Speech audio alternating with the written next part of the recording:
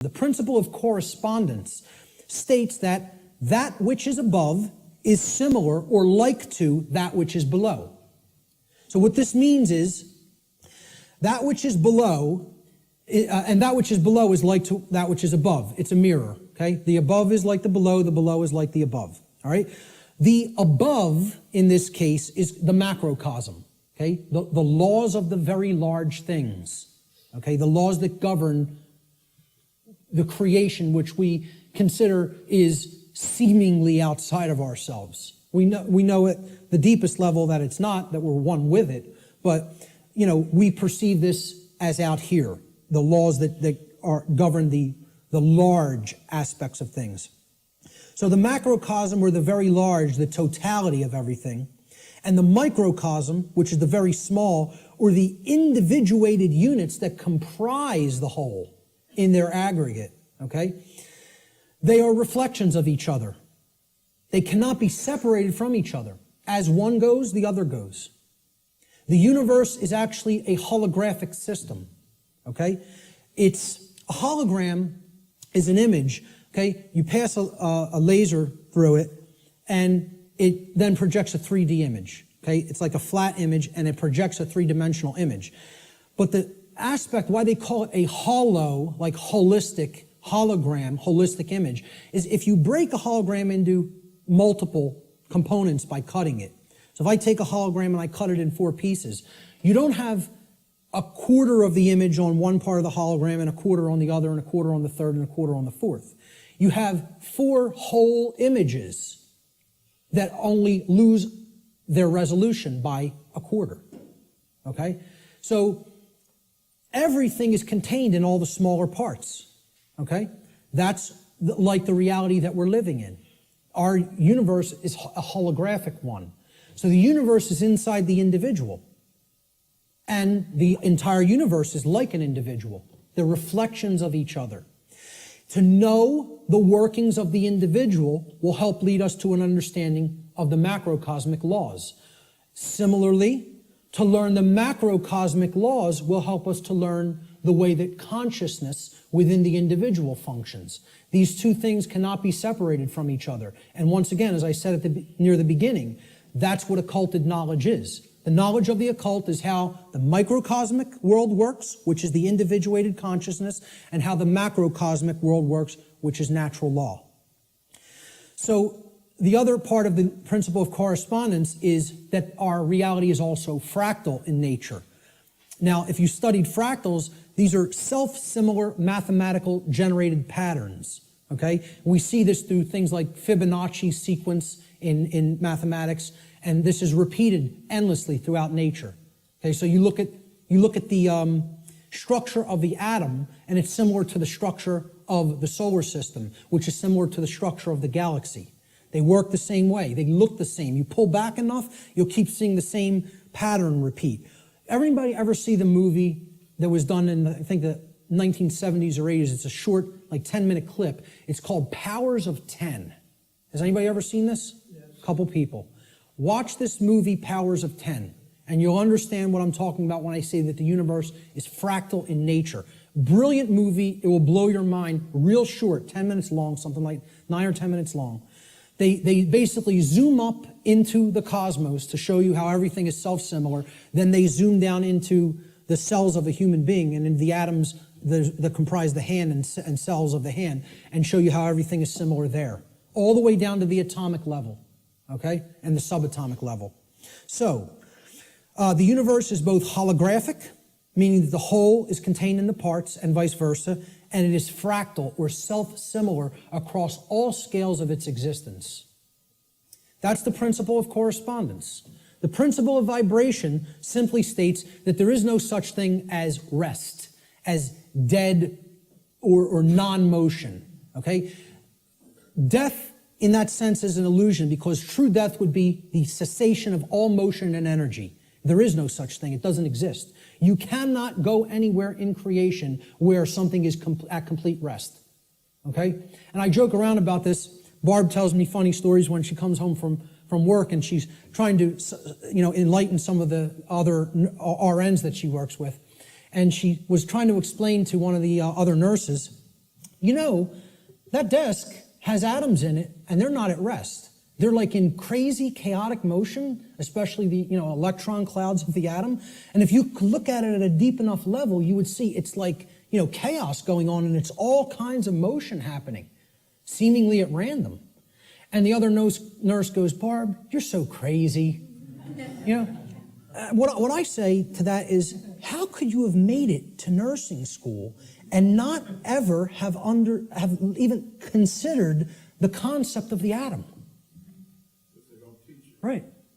And it's amazing.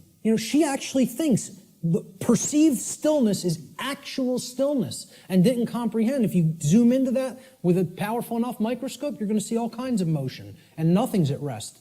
And she thought Barb was the weird one for trying to explain that to her. Okay, so there is no such thing as true rest. It doesn't exist. If something's in existence, it's in motion. Everything moves, everything vibrates, and at the most fundamental level, the universe and every single thing which comprises it is ultimately pure vibratory energy that is manifesting itself in different ways, different frequencies, different vibratory forms. The universe has no true solidity as such, as we imagine solidity at the macrocosmic level. Matter is merely energy in a state of vibration. And what this is, if we truly understand this, and many sciences are now finally really understanding this and trying to propagate this knowledge out into the public, we will come to the understanding that this is a spiritual construct for experience to be gained, to have an experience and learn and grow in consciousness. That's what the purpose of this whole thing is for, So nothing is truly solid. It's again, like we say, we are spirit having a human experience. The whole universe is spiritual, having a experience in solidity. All right? That's how you have to look at the principle of vibration. The principle of polarity states that everything has a dual nature to it. There are polarities in everything that exists. Okay? Everything has poles. Everything has its pair of opposites. However, opposites, they are identical in nature, but they're different in degree. So let me give you an example of what that means. Are hot and cold really opposites? Or can we simply look at them as the presence of heat energy or the absence of heat energy? Meaning that they're the same thing, energy. And whether it's concentrated in a specific area, which would make it hot, or whether it's absent from a specific area, which would make it cold. Okay? That's what hot and cold are at the fundamental level. At our level of perception, they're opposites, but at the fundamental level, they're the same thing, energy or lack thereof. Just like those 3 stages of the trivium. Are knowledge and ignorance the same thing? Yeah, actually they are. Because truth is always present. It's a matter of whether it's taken in and processed, or whether it's refused to be taken in and it's not processed. Okay? So it's just like that. They're identical in their natures, but they're different in their degree. Okay? Extremes can meet and blend and play with each other, like as depicted in the yin-yang symbol, masculine and feminine. They need to be blended. And at some level of reality, everything that is seemingly contradictory may be reconciled. Now again, I stress the term at some level. At the unified field level, everything is consciousness, pure consciousness. However, at this level, there are differences in consciousness. At this level, there are things that are taking place that we need to understand. At this level, there are things that we need to set right and rectify, because it does matter. It does matter. Okay? So, again, be careful with some of the New Ageisms that get put out there. Yes, can all paradoxes be reconciled? At some level. In this realm, we need to have our feet on the ground in the physical domain. This is the concept in the Hermetic tradition, which is where a lot of this understanding derived from.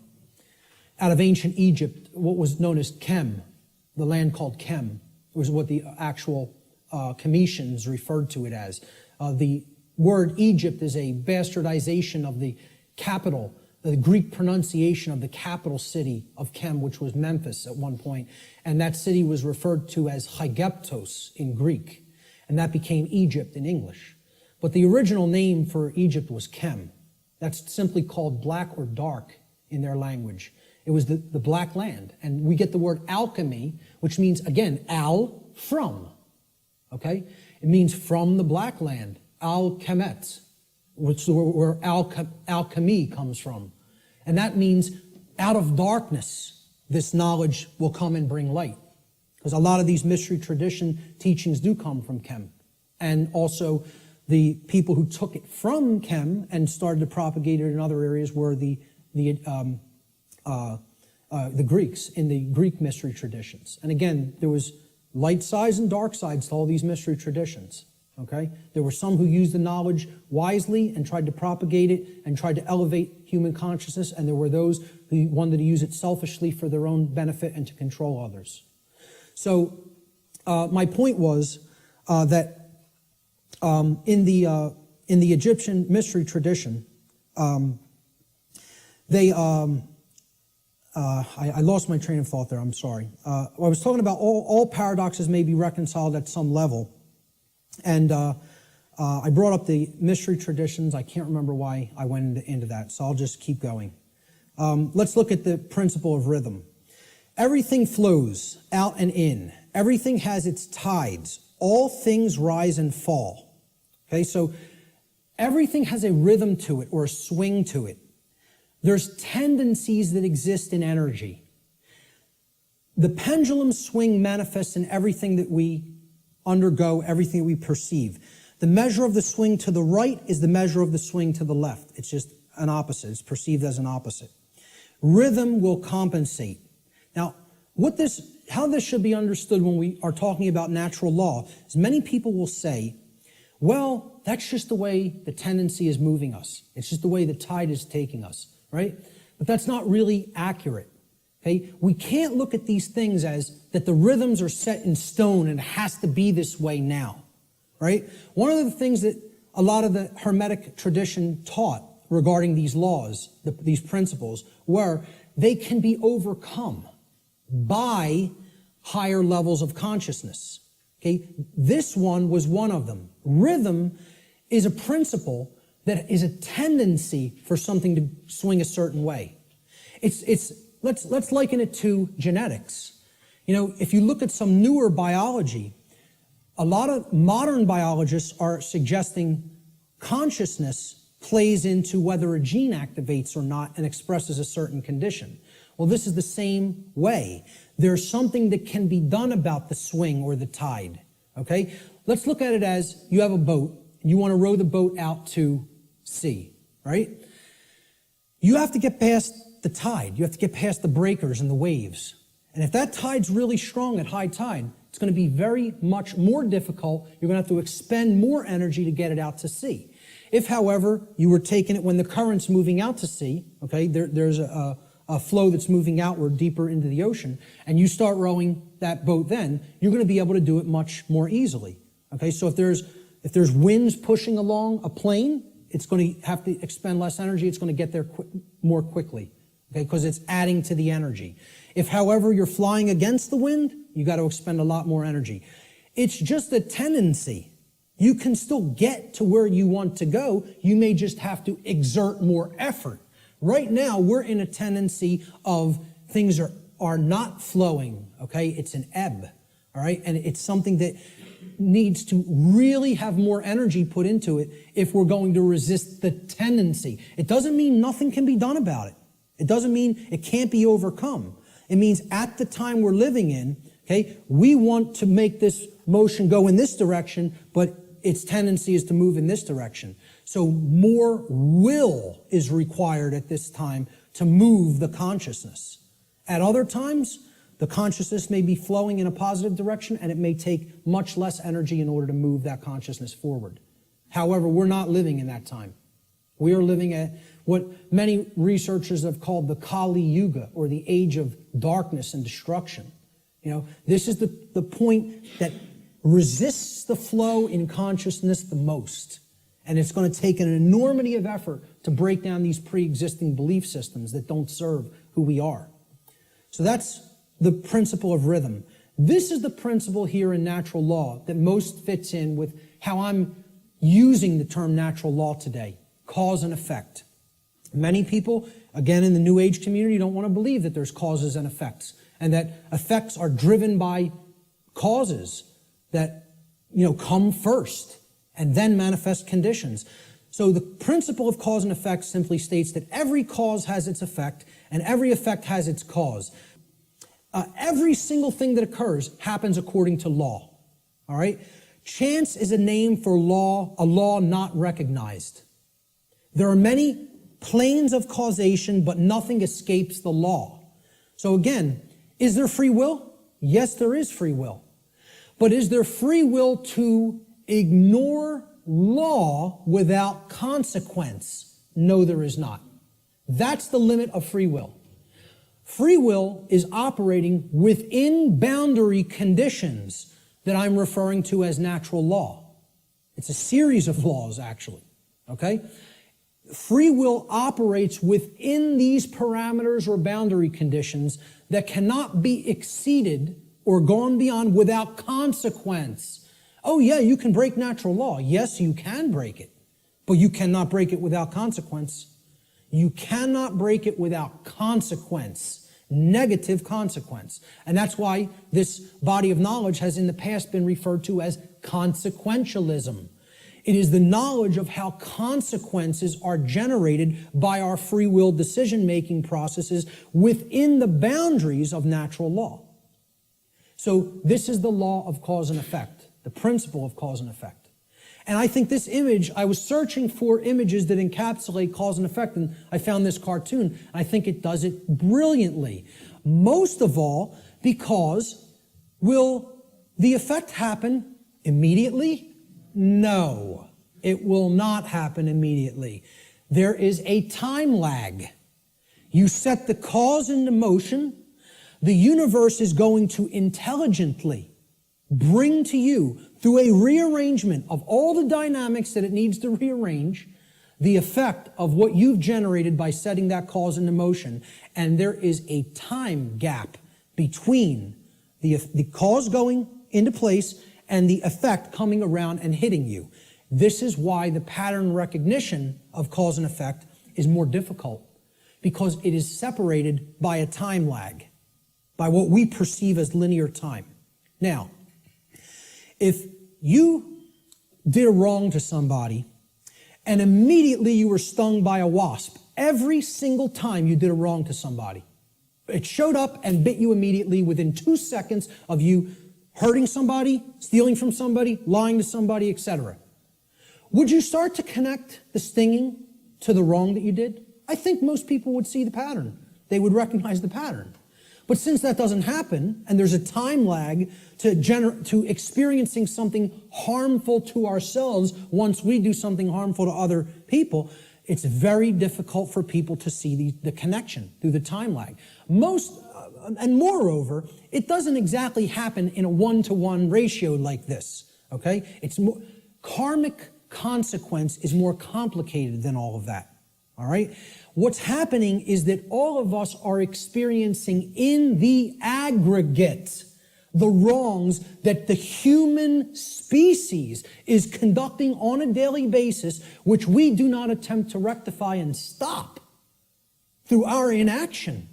Karma is being accrued. People think that karma can only be accrued from action. No, it cannot. It can be accrued from inaction as well. And that's where many people in our society is. They're not taking any action, and they're willing to let evil run unchecked. So this is ultimately going to come back and bite us, and what we set into motion is going to actually topple over onto us if we don't change our thoughts, emotions, and behaviors. Nothing escapes law. We are bound by it eternally. Let me just go back. I'll leave it on this slide for a moment.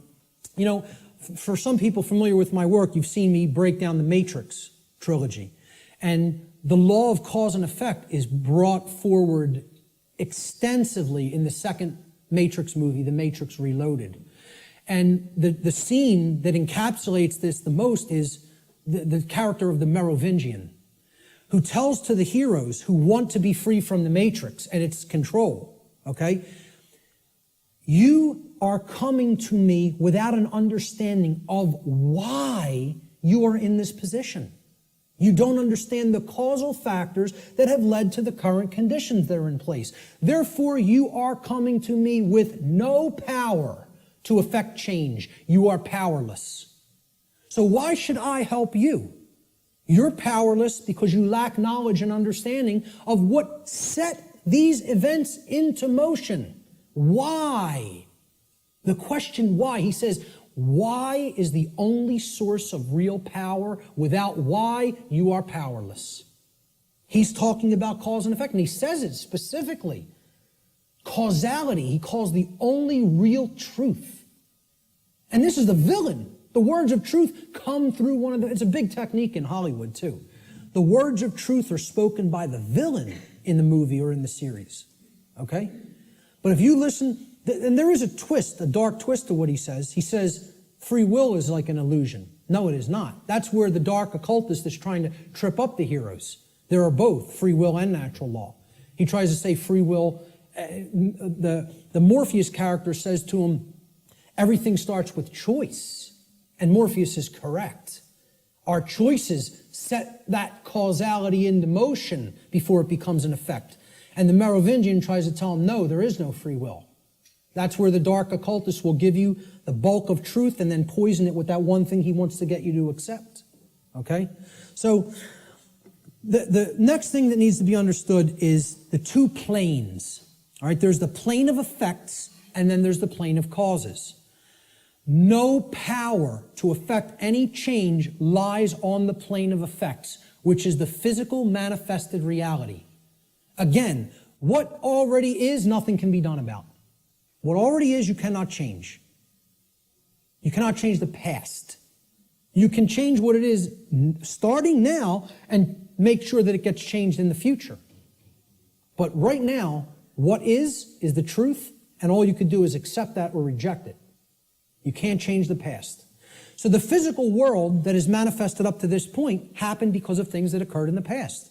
The causes happened in the past. Nothing you can do about that right now. Okay? The plane of effects or the physical world is where manifested realities have already occurred, have already taken shape, have already formed due to their underlying causal factors. The plane of effects constitutes that which has already occurred. As such, no power to effect change lies here because that which has already occurred cannot unoccur. That which has occurred can't undo itself. It happened, it's already done. It has become that which is, or truth. Human consciousness seems to be trapped upon the plane of effects, meaning that humanity as a whole remains ignorant of the underlying causes which they themselves have set into motion and which lead to self-inflicted suffering in their lives. So if you're trapped at this level, what you're doing is you're looking at the symptoms, and you're stuck looking at the symptoms. Okay? This is everybody. Oh, there's a political solution to this. We need to vote in the right people. Oh, there's a financial solution to this. We just need to set the right monetary policy. No, there's a scientific solution to this. And technological advancements are going to be made that suddenly save ourselves and make the world any different. And they think all of this is going to be done while slavery is still in place. Well, again, good luck with that. And let me know how it works out. Okay? I speak at free energy related events. I work with the Tesla Science Foundation. I speak at MUFON-related events that talk about disclosure of extraterrestrial presence, okay? Both of these communities don't understand.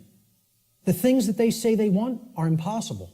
And I'm going to start talking about them in this way more openly, you know, because I've kind of like given them some soft teachings, and I think they need to hear it a little bit more harshly, because both of these communities are not talking about morality to the extent that they need to.